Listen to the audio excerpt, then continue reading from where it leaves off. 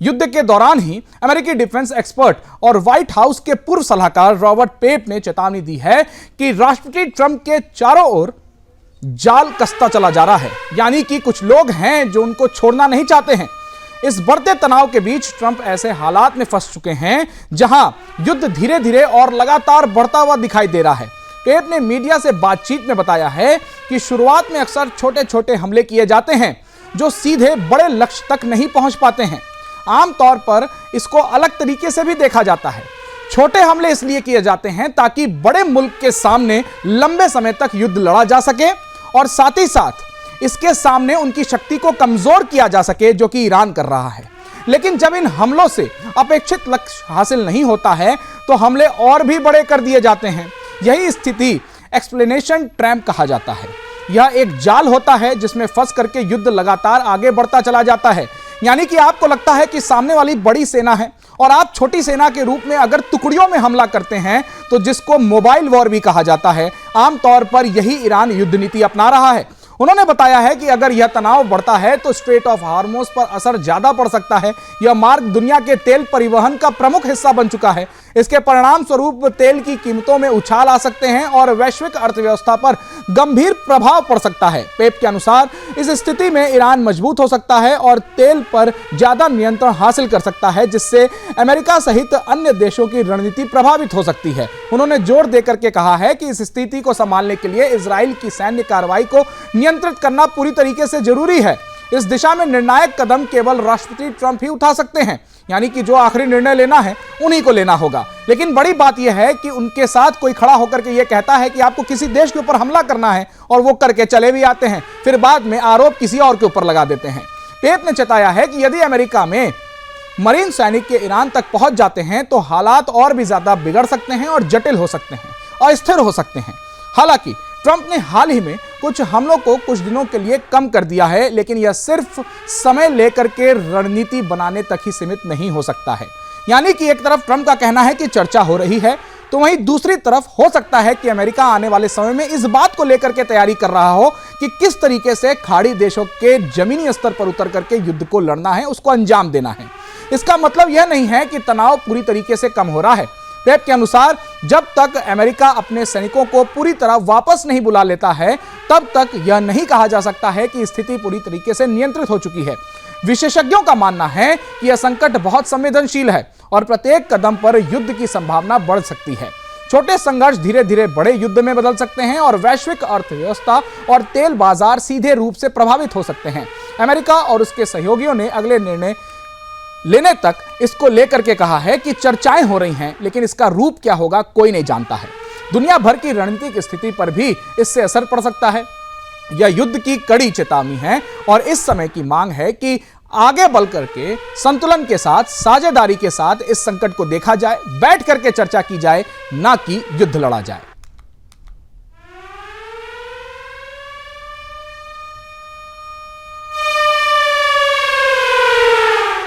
और इस वक्त की बड़ी खबर आ रही है, अमेरिकी रक्षा मंत्री पीट हेगसेट का बड़ा बयान सामने आया है। इस वक्त की बड़ी खबर, तेहरान के ऊपर विमान मंडरा रहे हैं। हेगसेट का बड़ा बयान सामने आया है। अमेरिका के स्पाई प्लेन UT-2 ने भारी उड़ान भरी है। इस वक्त की बड़ी खबर आ रही है, सीधे हम आपको टेलीविजन स्क्रीन पर दिखा रहे हैं। हार्मोज स्ट्रीट की कम आवाजाही के लेकर के उन्होंने बयान जारी किया है। हार्मोज स्ट्रीट पर ईरान का बयान आया है। इस वक्त की बड़ी खबर, नियम मानने वाले जहाज की हार्मोज स्ट्रीट से पार कर पाएंगे। यानी ईरान ने साफ तौर पर यह अब साफ किया है कि जो ईरान का नियम मानेगा उसी के देश के जहाज को आगे बढ़ने की अनुमति दी जाएगी। इस वक्त की बड़ी खबर, हार्मोज स्ट्रीट पर ईरान का बड़ा बयान सामने आया है कि जो उनकी बात को मानेगा वही हार्मोज स्ट्रीट से व्यापार कर पाएंगे। तनाव की वजह से दुनिया के 20%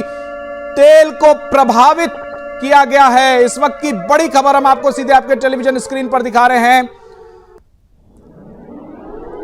कि हार्मोज स्ट्रीट को लेकर के ईरान ने बड़ा बयान जारी किया है। नियम मानने वाले जहाज ही हार्मोज स्ट्रीट से व्यापार कर पाएंगे। आपको मैं बता दूं कि तनाव की वजह से 20% तेल की सप्लाई पूरी तरीके से प्रभावित हुई है। हार्मोज स्ट्रीट कि कम आवाजाही से ऊर्जा संकट आने वाले समय में बढ़ सकता है। इस वक्त की बड़ी खबर सीधे हम आपको टेलीविजन स्क्रीन पर दिखा रहे हैं।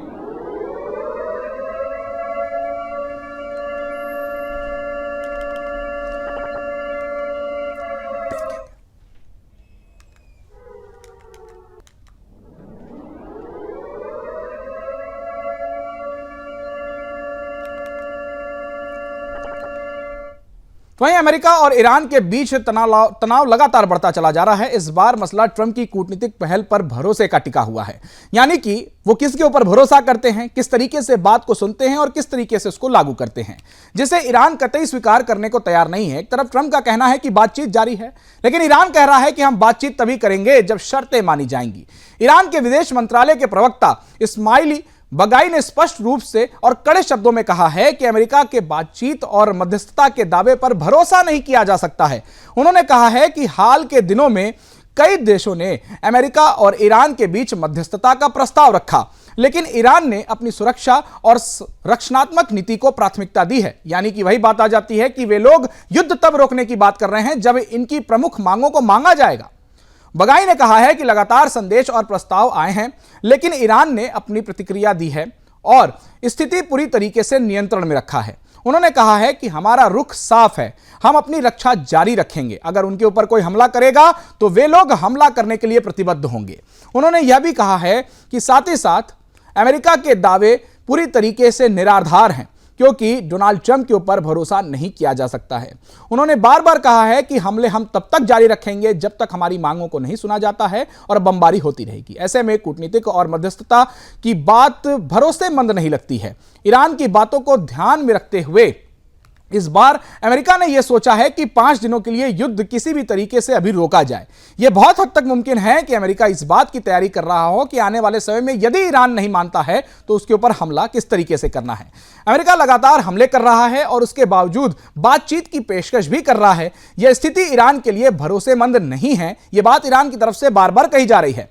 बगाई ने सवाल उठाया है कि क्या कोई इस दावे पर विश्वास कर सकता है कि वही बातचीत के इच्छुक हैं जबकि उन्होंने हमले की शुरुआत की है? कोई नहीं करेगा। यानी ईरान का साफ तौर पर कहना है कि एक तरफ डोनाल्ड ट्रंप ये तो कह रहे हैं कि वे बातचीत करना चाहते हैं, लेकिन भरोसा कैसे किया जा सकता है, क्योंकि सबसे पहला हमला भी उन्होंने ही किया था। इस बीच पाकिस्तान की भूमिका पर जब सवाल किया गया तो बगाई ने कहा है कि ईरान को इस्लामाबाद की नीयत अच्छी लगती है। अब आप यह सोचिए कि एक ऐसा मुल्क जहां पर खुद स्लीपर सेल सबसे अधिक पलते हैं, उनको पाकिस्तान अच्छा लगने लगा है। उन्होंने बताया है कि ईरान के विदेश मंत्री अब्बास राकाची अपनी पाकिस्तानी समकक्ष और अन्य देशों की राजनयिकों से संपर्क में है।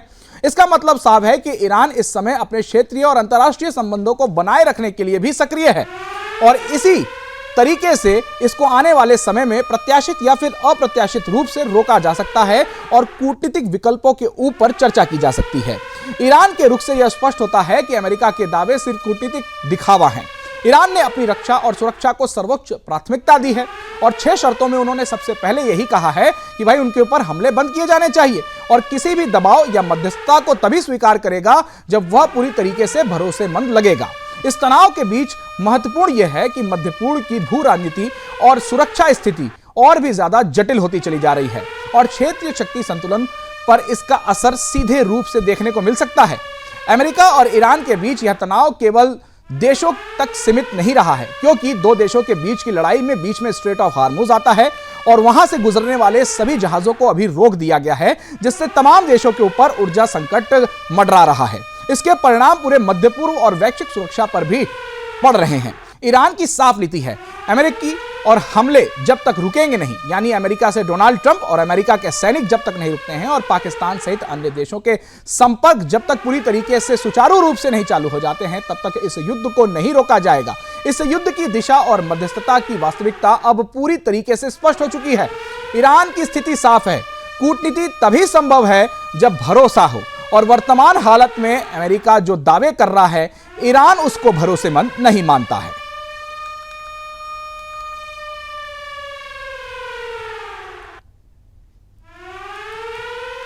वहीं नॉर्थ कोरिया ने अपनी परमाणु शक्ति पर गर्व व्यक्त किया है। एक ओर वर्ल्ड वॉर 3 की बात भी चल रही है, दूसरी ओर ये भी पीछे नहीं है, इन्होंने भी परमाणु शक्ति पर गर्व करना शुरू कर दिया है। मानो लगता है कि ये भी आने वाले समय में युद्ध में कूद सकते हैं। Supreme leader Kim Jong Un ने यह स्पष्ट किया है कि अमेरिका और इजराइल के ईरान पर हमलों ने साबित कर दिया है कि उनका देश परमाणु हथियार रखने का फैसला पूरी तरीके से सही था।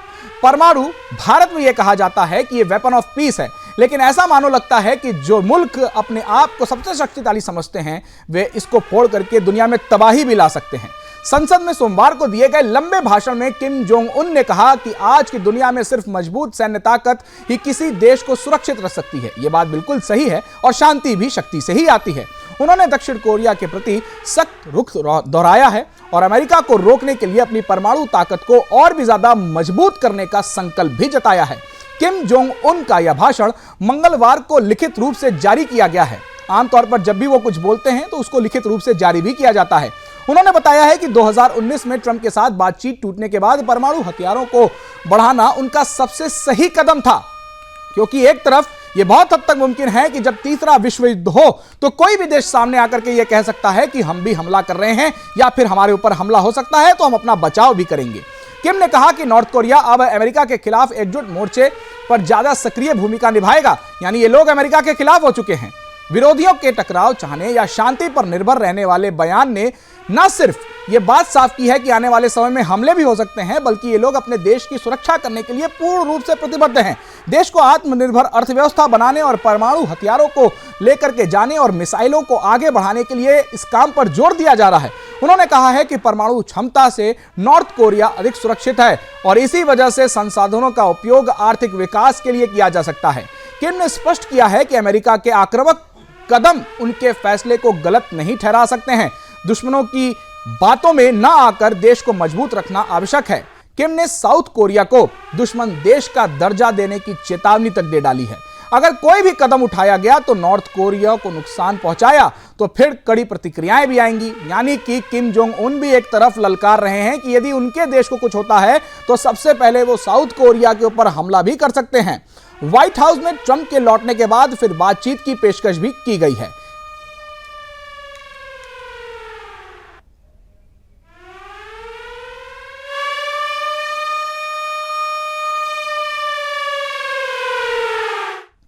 और इस वक्त की बड़ी खबर आ रही है, सीधे हम आपको टेलीविजन स्क्रीन पर दिखा रहे हैं। अमेरिका रक्षा मंत्री पीट हेगसेथ का बड़ा बयान सामने आया है। इस वक्त की बड़ी खबर, तेहरान के ऊपर विमान मंडरा रहे हैं। हेगसेथ का बड़ा बयान सामने आया। इस वक्त की बड़ी खबर, अमेरिका के स्पाई प्लेन U-2 ने उड़ानें भरी हैं। जंग के बीच अमेरिकी विमान का युद्ध विराम हुआ। इस वक्त की बड़ी खबर सीधे हम आपके टेलीविजन स्क्रीन पर दिखा रहे हैं। तेल अवीव पर ईरान का बारूदी प्रहार देखने को मिला है। इस वक्त की बड़ी खबर आ रही है, सीधे हम आपको टेलीविजन स्क्रीन पर दिखा रहे हैं। मिसाइल के धमाकों से दहल उठा है। ईरान जंग में कूदेगा, सऊदी अरब का कहना है। साउथ लेबनान में IDF का हमले में 3 लोगों के मौत की खबर है और तकरीबन 18 लोगों के घायल होने की खबर है। इस वक्त की बड़ी खबर सीधे हम आपके टेलीविजन स्क्रीन पर दिखा रहे हैं। अमेरिकी रक्षा मंत्री पीट हेगसेथ का बड़ा बयान सामने आया है। इस वक्त की बड़ी खबर,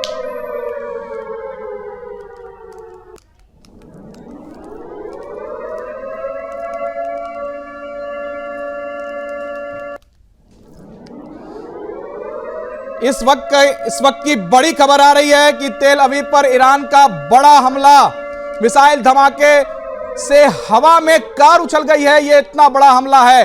ईरान जंग में कूदेगा, सऊदी अरब की तरफ से यह कहा जा रहा है।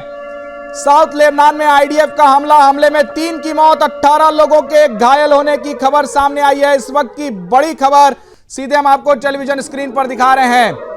मिसाइल धमाके से हवा में कार उछल गई है। मतलब आप यह समझिए कि इस धमाके की इंटेंसिटी इतनी थी कि एक भारी कार हवा में उछल गई है। साउथ लेबनान में IDF का हमला हुआ है, 3 लोगों के घायल होने की खबर है। इस वक्त की बड़ी खबर सीधे हम आपके टेलीविजन स्क्रीन पर दिखा रहे हैं। अमेरिकी रक्षा मंत्री का बड़ा बयान सामने आया है। तेहरान के ऊपर विमान मंडरा रहे हैं। हेगसेथ का बड़ा बयान सामने आया है। U-2 प्लेन ने उड़ान भरी है। इस वक्त की बड़ी खबर सीधे हम आपको टेलीविजन स्क्रीन पर दिखा रहे हैं। और यह युद्ध रुकने का नाम नहीं ले रहा है। एक तरफ अमेरिका का कहना है कि वे लोग बातचीत के लिए तैयार हैं, तो वहीं दूसरी तरफ हमले लगातार जारी हैं और इसीलिए ईरान का कहना है कि वे अमेरिका के ऊपर इस बात को लेकर के विश्वास नहीं कर सकते हैं कि आने वाले समय में युद्ध रुकेगा। उनका कहना है कि जिन्होंने सबसे पहले हमला किया है वे लोग विश्वास के काबिल नहीं हैं और इसीलिए यह हमला लगातार जारी रहेगा। इस वक्त की बड़ी खबर सीधे हम आपके टेलीविजन स्क्रीन पर दिखा रहे हैं। ईरान ने साफ इनकार किया है कि वे लोग आने वाले समय में डोनाल्ड ट्रंप के ऊपर विश्वास नहीं कर सकते हैं, क्योंकि सबसे पहले जंग उन्होंने ही शुरू की थी। जंग के बीच अमेरिका ने युद्ध विराम का ऐलान किया है, 5 दिनों का यह युद्ध विराम, लेकिन बहुत हद तक संभव है कि आने वाले समय में यह युद्ध आगे बढ़े, क्योंकि यह भी मुमकिन है कि जो 5 दिन का युद्ध विराम है वो आने वाले समय में और भी लंबा चल सकता है।